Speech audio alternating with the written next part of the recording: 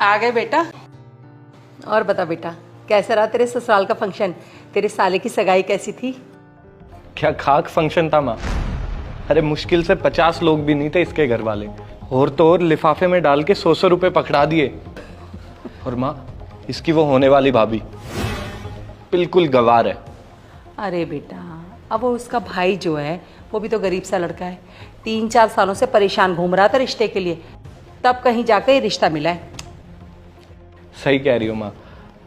बाकी इसके घर वाले कौन से पढ़े लिखे हैं? अब इसके पापा को ही ले लो, अगर उन्हें कहीं 10 लोगों में बिठा दिया जाए ना तो वो खाना नहीं खा सकते ढंग से। ये बात एकदम सही है। अरे ये सारा फोन करिए पूछने के लिए। हेलो। अरे हाँ हाँ, हो गई तेरे भाभी के भाई की सगाई। अब जैसी होनी थी तुझे तो पता ही है बेटा, उन्हें भी क्या दोष दूँ। हमने भी पता नहीं कैसे लोगों में रिश्ता जोड़ लिया। अरे एक तो वो लड़का एकदम गरीब सा, कम पढ़ा लिखा, नौकरी भी कैसी है उसकी, इतनी सी तनख्वाह है उसकी, फिर घर भी खंडर जैसा। भला कोई भले घर का आदमी अपनी बेटी की शादी करेगा वहाँ? वो तो किस्मत की बात है, ये बेचारी कम पढ़ी लिखी गांव की लड़की मिल गई इनको। अरे तेरी भाभी के तो भाग अच्छे थे जो हमसे रिश्ता जुड़ गया, इसके भाग चमक गए। चल काम खत्म करके बात करूंगी तुझसे। कोई नहीं बेटा, अब जिसकी किस्मत में जैसा होता है ना वैसा ही मिलता है। हाँ ये तो है माँ। हाँ माँ, नमस्ते। हम बस अभी भी घर पहुँचे हैं। जी अच्छा माँ, अब तो आप शादी में बिज़ी हो जाओगे ना। और माँ, आप ना भाभी की पसंद की साड़ियाँ दिलवाना, जो भी उन्हें पसंद आए। वो नहीं, मेरी ननद है ना, उनके घर वालों ने तो उनकी शादी में इतनी बेकार साड़ी दिलवाई थी ना, क्या बताऊँ, एकदम रद्दी। इसलिए आप भाभी की चॉइस का ध्यान रखना। वैसे माँ, भैया की शादी बहुत पहले हो जाती ना अगर उनकी कुंडली में मांगलिक दोष नहीं होता।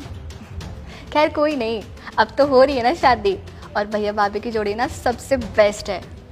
वरना ये जो मेरी ननद है, उनके पति एक नंबर के शराबी है। शराब पीकर कई बार तो उन पे हाथ तक उठाया है।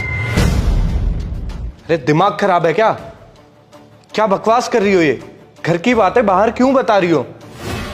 क्यों इज्जत उछाल रखी है ससुराल की? मैं इज्जत उछाल रही हूँ, और आप मेरे घर वालों की बातें यहाँ बैठकर बता रहे थे, तब आपको समझ नहीं आई?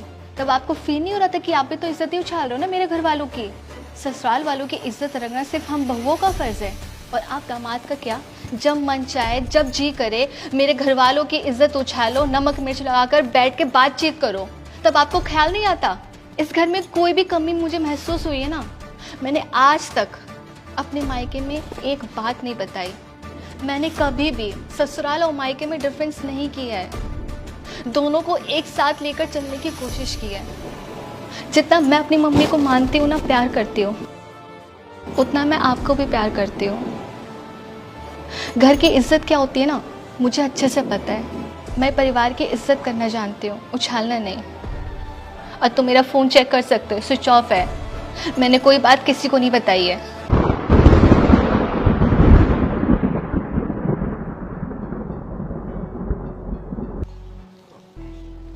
पूजा, तुमने सही कहा यार। तुम जिस दिन से इस घर में आई हो ना, तुम इस घर की हो गई हो। लेकिन मैंने आज तक तुम्हारे घर वालों को नहीं अपनाया। मैंने किया ही क्या है, हमेशा उन्हें कोसता रहता हूँ, बस और कुछ नहीं। अरे कभी ये तक नहीं सोचा कि तुम्हें कैसा फील होता होगा। लेकिन आज जब तुमने घर की बातें अपनी मम्मी को बताई तो मुझे फील हुआ कि कैसा लगता है। पूजा, आई एम रियली सॉरी यार, माफ कर दो। आई प्रॉमिस आगे से कभी ऐसा नहीं होगा, कभी भी तुम्हें परेशान नहीं करूँगा। हाँ बेटा, माफ़ कर दे हमें।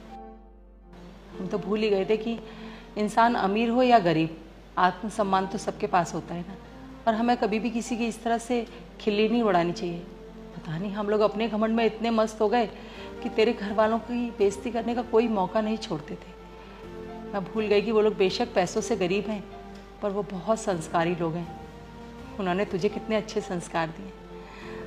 पर मैं वादा करती हूँ कि आज के बाद कम से कम मैं कभी उनके बारे में गलत नहीं बोलूँगी, ना सुनूँगी, इज्जत करूँगी उनकी। मम्मी जी, आप माफ़ी मत मांगिए, आप मुझसे बड़ी हैं।